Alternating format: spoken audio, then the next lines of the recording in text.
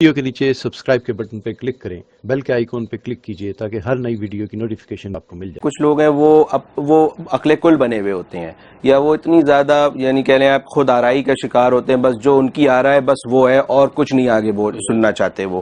کیا وہ بھی حضرت اسی زمرے میں آتی ہیں؟ بہت اچھا پوائنٹ اٹھایا، اور یہ حقیقت ہے، وہ اسی خوش فہمی میں ہوتے ہیں، اسی خوش فہمی میں وہ ایسی حب جا کے اندر مبتلا ہوتے ہیں، اور وہ پھر عقل کل اپنے سمجھ کر وہ خدائی کے اس لیول پہ چلے جاتے ہیں، وہ سمجھتے بس باقی سب پیچھے ہیں اور میں عقل کل ہوں۔ تو یہ اللہ تبارک و تعالیٰ نے انسان کی تخلیق کے وقت میں ملائکہ سے مشورہ کر کے اس مرض کی اسی وقت اصلاح کر دی تھی کہ فرشتوں سے مشورہ کیا تھا، انی جاعل فی الارض خلیفہ، میں زمین میں اپنا ایک نائب بنانا چاہتا ہوں۔ تو گویا کہ اللہ تبارک و تعالی نے ملائکہ سے ایک طرح کا مشورہ لیا، اور ملائکہ نے پھر آگے سے تجویز دی کیا تجعل فیہا من یفسد فیہا ویسفک الدماء، کیا آپ ایسی انسان کو بنائیں گے اپنا نائب جو فساد کرے گا، خون ریزی پھیلائے گا؟ نحن نسبح بحمدک ونقدس لک، ہم آپ کی تسبیح کرتے ہیں، تقدیس کرتے ہیں، گویا کہ ہم اہل ہیں کہ آپ ہمیں اپنا نائب بنائیں۔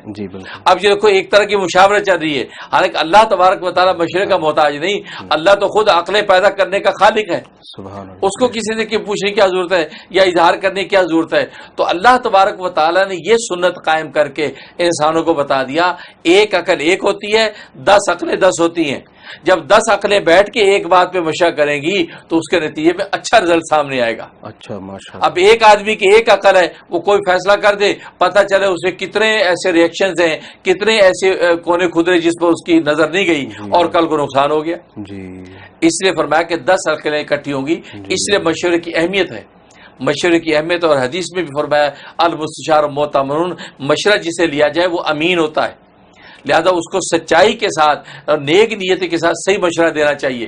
اگر کوئی اسے مشورہ کر لے، یہ نہیں کہ وہ بدنیتی سے ٹیڑھا الٹا مشورہ دے دیا تو وہ اللہ تبارک و تعالیٰ کا مجرم ہے۔ اس لیے مشورہ تو مشورے کی اہمیت، نبی پاک صلی اللہ علیہ وسلم بھی صحابہ سے مشورہ کرتے تھے۔ جس نبی کے پاس وحی آتی ہو، جبرائیل صبح شام آتا ہو، تو ان کو کیا ضرورت ہے کہ صحابہ سے مشورہ کریں؟ وہ اس لیے مشورہ کرتے ہیں تاکہ ایک تو مشورے کی اہمیت پتہ چلے، پھر پتہ چلے کہ یہ صحابہ یہ تربیت پائیں گے کہ ہمارا نبی مشورے کے ساتھ چلتا تھا، تو ہم آگے اپنے مشورے کے ساتھ زندگیاں گزاریں گے۔ سبحان اللہ۔ اس لیے فرمایا کہ مشورے کی اہمیت ہے۔ تو ایک آدمی جو عقل کل بن کے سب کچھ کرتا ہے وہ ہمیشہ ٹھوکر کھاتا ہے، اور یہی اللہ تبارک و تعالیٰ کو پسند نہیں کہ وہ بڑھ چڑھ کے بڑائی کے ساتھ زندگی گزارنا چاہتا ہے، اور اللہ تبارک و تعالیٰ فرماتے ہیں اس کے لیے عزت نہیں ہے۔ جی، اور حضرت یہ دیکھنے میں بھی آیا ہے بڑی بڑی حکومتیں جو چلتی ہیں وہ پورا ایک مشورے کے ساتھ چلتی ہیں، پوری کابینہ بیٹھتی ہے، اس پہ غور و فکر ہوتا ہے، پھر بات آگے چلتی ہے۔ بالکل۔